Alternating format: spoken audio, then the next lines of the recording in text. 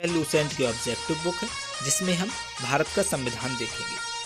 भारत के संविधान में संविधान सभा को देखेंगे। संविधान सभा में लेवल 4। इसमें प्रश्न दिया गया है कि संविधान सभा के उद्घाटन अधिवेशन की अध्यक्षता किसने की थी। संविधान सभा के उद्घाटन अधिवेशन की अध्यक्षता किसने की थी? सच्चिदानंद सिन्हा ने की थी। 9 दिसंबर 1946 को संविधान सभा की प्रथम बैठक की अध्यक्षता अस्थायी अध्यक्ष डॉक्टर सच्चिदानंद सिन्हा ने की थी। 11 दिसंबर 1946 को संविधान सभा ने डॉक्टर राजेंद्र प्रसाद को निर्विरोध संविधान सभा के स्थायी अध्यक्ष के रूप में निर्वाचन किया। अगला प्रश्न है, संविधान सभा का पहला सत्र हुआ था। संविधान सभा का पहला सत्र कब हुआ था? 9 दिसंबर 1946 को।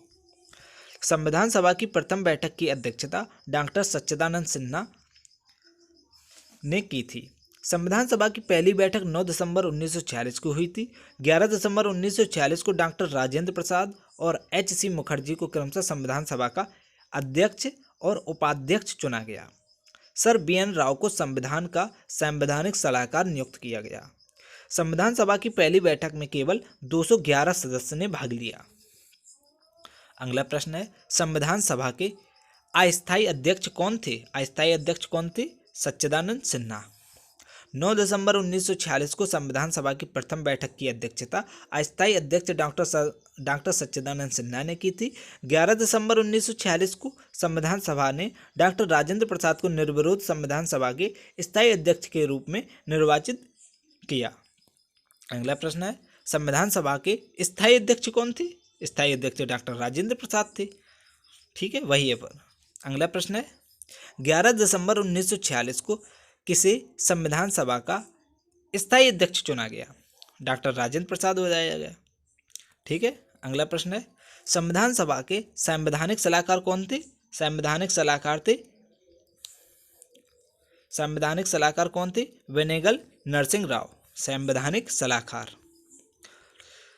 11 दिसंबर 1946 की बैठक में समितियों, उपसमितियों तथा संविधान सभा के अध्यक्ष की सहायता के लिए सर बेनेगल एन राव को संविधान सभा का संवैधानिक सलाहकार नियुक्त किया गया। सभा के संवैधानिक सलाहकार सर बी.एन. राव ने अक्टूबर 1947 में संविधान का पहला प्रारूप तैयार किया था। इसमें 243 अनुच्छेद, 13 अनुसूचियां थीं। 29 अगस्त 1947 को संविधान सभा ने एक प्रारूप समिति का निर्वाचन किया। डॉक्टर भीमराव अंबेडकर समिति के सभापति नियुक्त हुए। प्रारूप समिति के सदस्यों की संख्या 7 थी, जो इस प्रकार है। डॉक्टर भीमराव अंबेडकर अध्यक्ष थे इसके प्रारूप समिति की। एन गोपालस्वामी अय्यर, अल्लादी कृष्णा स्वामी अय्यर, कन्हैयालाल, मणिकलाल मुंशी, सैयद मोहम्मद सदुल्ला और एन माधव राव बी.एल. मित्र के स्थान पर, और टी.टी.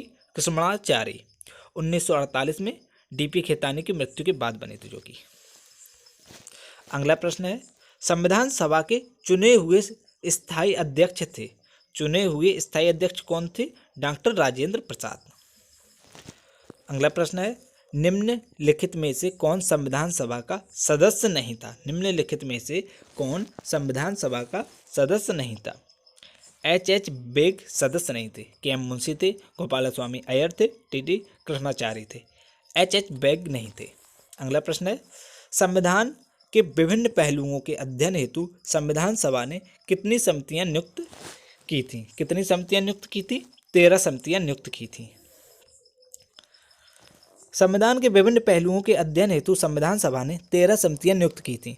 22 जनवरी 1947 ईस्वी को उद्देश्य प्रस्ताव की स्वीकृति के बाद संविधान सभा ने संविधान निर्माण हेतु अनेक समितियां नियुक्त की। इनमें प्रमुख थी वार्ता समिति, संघ संविधान समिति, प्रांतीय संविधान समिति, संघ शक्ति समिति, प्रारूप समिति। अगला प्रश्न है, संविधान सभा के प्रारूप मसविदा समिति की नियुक्ति कब की गई थी? प्रारूप समिति की नियुक्ति कब की गई थी? 29 अगस्त 1947 ईस्वी को। 11 दिसंबर 1946 की बैठक में समितियों, उपसमितियों तथा संविधान सभा के अध्यक्ष की सहायता के लिए सर बेनेगल एन राव को संविधान सभा का संवैधानिक सलाहकार नियुक्त किया गया। सभा के संवैधानिक सलाहकार सर एन बिएन राव ने अक्टूबर 1947 में संविधान का पहला प्रारूप तैयार किया था, जिसमें 243 अनुच्छेद 13 अनुसूचियां थीं।